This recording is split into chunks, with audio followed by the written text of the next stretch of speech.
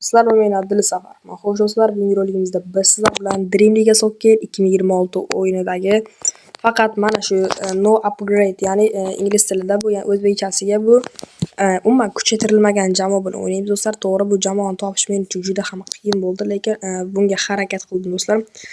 Endi Alisson 94, ya'ni futbolga, ya'ni kuchaytirilgan darajada. Endi Thibaut Courtois ham 94. Endi bundan boshqa variantlar ham yo'q edi va boshqa variantdagi odam ham yo'q edi do'stlar.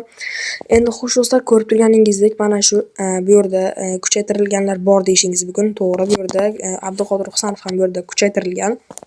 78, keyin 80 bo'lgan, atiga 2 reyting kuchaytirilgan, lekin juda ham ko'p kuchayib ketganlar kirmaydi, lekin oddiy 2 ta reyting yo 1 reyting kuchaytirilganlar kiradi do'stlar. Xo'sh, oldin videoni ko'rishni boshlashdan oldin do'stlar, videomizga like bosib, kanalga obuna bo'lib qo'ying do'stlar. Keyin Telegram kanalimizga ham obuna bo'lib qo'ying do'stlar. Bu yerda har hafta konkurslar bo'lib o'tadi va Dilis haqida yangiliklarni bemalol ko'rishingiz mumkin do'stlar. Qani bo'lmasa videoni boshladik. Xo'sh bo'lmasa, biz Everton klubiga qarshi o'ynaymiz ekan. Xo'sh bo'lmasa, o'yinni ham boshlab olamiz do'stlar. Hozir bu yerda bir sovg'amizni olib olamiz. Endi Everton klubida Pickford degan 80 lik darajada bu yerda hozir transferimga bir kirib olsam. Xo'sh, bu yerda Pavlis Mankini va shunga o'xshagan futbolchilar bor do'stlar. Xo'sh bo'lmasa, biz o'zimizning har doimgi oq rangli kiyimimizda o'ynaymiz. Everton esa haqiqiy asosiy, ya'ni uy formasida boshlaymiz do'stlar. Qani bo'lmasa, o'yinni boshlaymiz. Xo'sh, hozir endi kiradi. Sal telefon qurilmasi qotdi do'stlar. Bunga ahamiyat bermaysiz. Sal ovozni pasaytirib olaman sizga videoda. Meni ovozim sal pastroq eshitilishi mumkin. Hozir turli xil sabablarga ko'ra o'yinni qotib qo'ydik. Xo'sh bo'lmasa, endi o'yinni ham boshlaymiz do'stlar. Bu yerda yana Luka Modric, bu yerda ancha bo'yi ham past, tezligi ham juda past. Tezligi 67. Muharemovich, Arda Gülerga pas, Arda Güler. Mana do'stlar, mana Arda Güler ham o'tib ketdi bu yerda. Zarba, gol do'stlar. 1-0 hisob ochilmoqda. Dennis Bergkamp 9-soniyalarda gol urib ketmoqda. Luka Modric yana har doimgidek pressing qila olmaydi. Yo'q, pressing qildi. Bergkamp pas berish kerak. Yaxshi o'tdi va 2-0 do'stlar. Dennis Bergkampdan bitta gol va bitta assist. Bu yerda Dembele gol urib ketmoqda do'stlar. Dembele pressing qilish kerak do'stlar. Bu yerda eng muhimi hozir pressing, pas va gol. Eng muhimi bu yerda. Husanov yaxshi o'ynadi. Dennis Bergkampga pas yetkazamiz. Endi Dembelening ishi bu yoqda. Zarba yo'llaydi, yo'q. Bu yerda Dembeleni gol urishiga Everton himoyachilari yo'l qo'yishmadi. Rivaldo yo'q, outni to'g'ri ololmadi, lekin to'p yetib keldi. Jarima zarbasi ham berilmadi, lekin bu yerda aniq oyoq o'ynagan edi. Modric ham harakat qilyapti bu yerda. Dennis Bergkamp yana Dembelega pas. Dembele, Modric gavdasi pastligi hisobiga gol urmadi va Bergkamp normal tepgan edi, lekin uni zarbasini Pickford yo'qqa chiqarmoqda. Dembele ana offside bo'lmasa agar, offside ekan. Modricning goliga offside ham to'sqinlik qilmoqda bu yerda. Undan oldin himoyachilarida. Rivaldo, Muharemovich, Irvayen yaxshi bu yerda. Irvayen yana gavdasi bor, to'pni olib qo'ysa bo'ladi. Endi tugaydi. Xo'sh do'stlar, birinchi taym ham o'z nihoyasiga yetmoqda.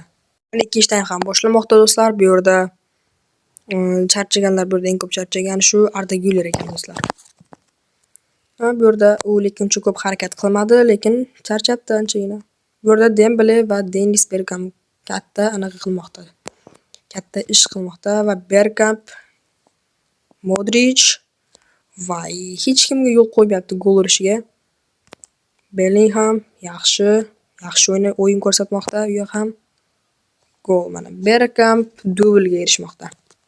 Bu yerda zaxira Hernandez shu Rivaldo o'rniga demoqda. Yo'q, biz almashtirmaymiz. Oxirigacha o'ynaydi. 90 soniya o'ynaydi bular hammasi. Arda Güler pressingda qatnashmoqda. Duelda yutqizib qo'ydi lekin. Bellingham yo'q. Juda kuchli pas bo'lib ketdi. Shuning uchun Bergkamp ulgura olmadi. Bellingham bile Ndiaye degan Everton futbolchisi birinchi golni urmoqda bizga. Arda Güler. Arda bekor ko'tardik shuni. Bellingham. Bu zarba yaxshigina edi, lekin o'zini o'ng oyog'ida tepganda, lekin gol urish hisobi ehtimoli ancha ko'payar edi. Va shu Modric bugun o'yini hech ochilmayapti-da shu. Pressingda qatnashyapti-yu, lekin yana minusga kirib ketyapti. Yo'q. 3-1 bo'lib o'yin tugaydi menimcha. Irvain zamaq tortib qoldi. Kubo, Dembele, Bergkamp yaxshi o'yin ko'rsatdi. Endi pas o'ynab ketish kerak. Arda Güler. Arda. Voy Arda. Xo'sh, endi pas o'ynab yubormasak bo'lmaydi, baribir bo'yi uzun xantlari yo'q bu yerda. Yaxshi out ishlab oldik bu yerdan ham.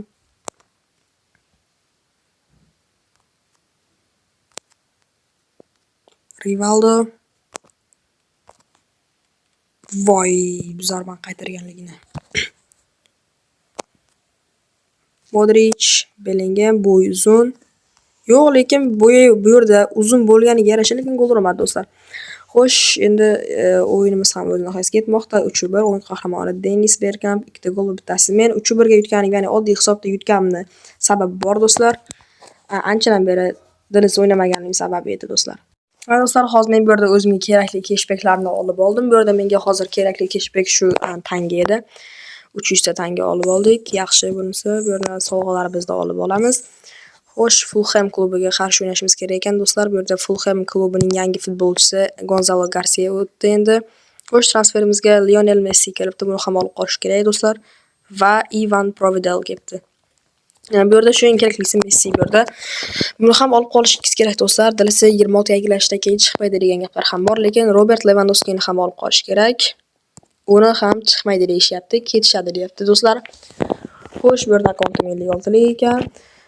Xo'sh, bo'lmasa bugungi videomiz mana shulardan iborat do'stlar. Keyingi video mavzuyimiz shu Dilisi 26 ni sifatini oshirish va o'yinni yaxshilash va o'yinni qotmaydigan qilish videosi bo'ladi do'stlar. U videomiz esa 8-avgust kuni shu yana soat 7:30 da kanalimiz, Telegram kanalimiz va YouTube kanalimizga yuklandi do'stlar.